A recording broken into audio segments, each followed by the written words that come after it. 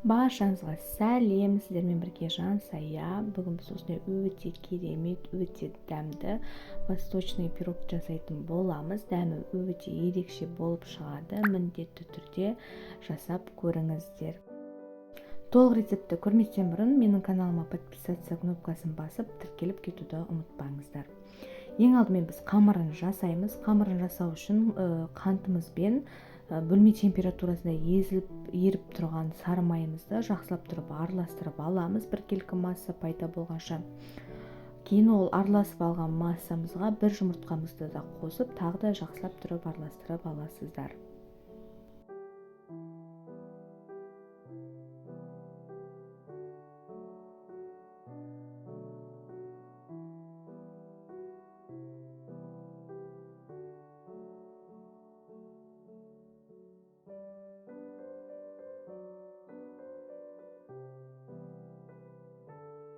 Кейін осы массамызға біз електен өткізілген ұнымызбен қопсытқышымызды қосып, біркелкі өте жұмсақ қамыр пайда болғанша илеп аламыз.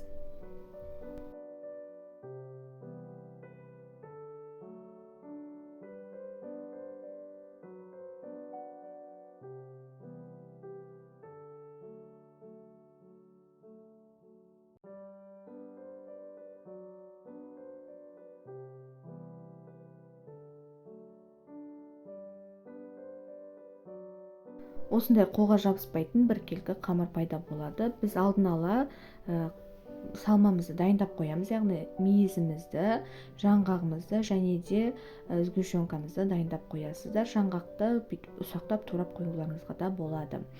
Кейін қамырымызды формамызға салып, форманың жан-жағына, яғни бортикін, жан-жағын түбін келтіріп, жақсылап тұрып қамырды жайып шығасыздар. Осындай қолмен жұмсақ қамырды жайып шығасыздар.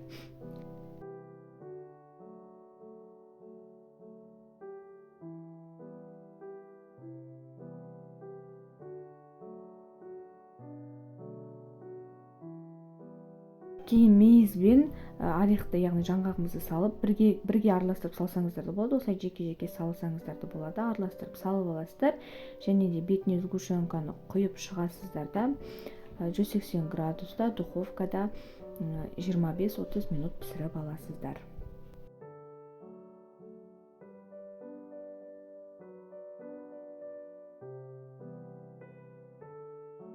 Осындай өте дәмді, керемет пирогымыз дайын болды. Міндетті түрде жасап көріңіздер.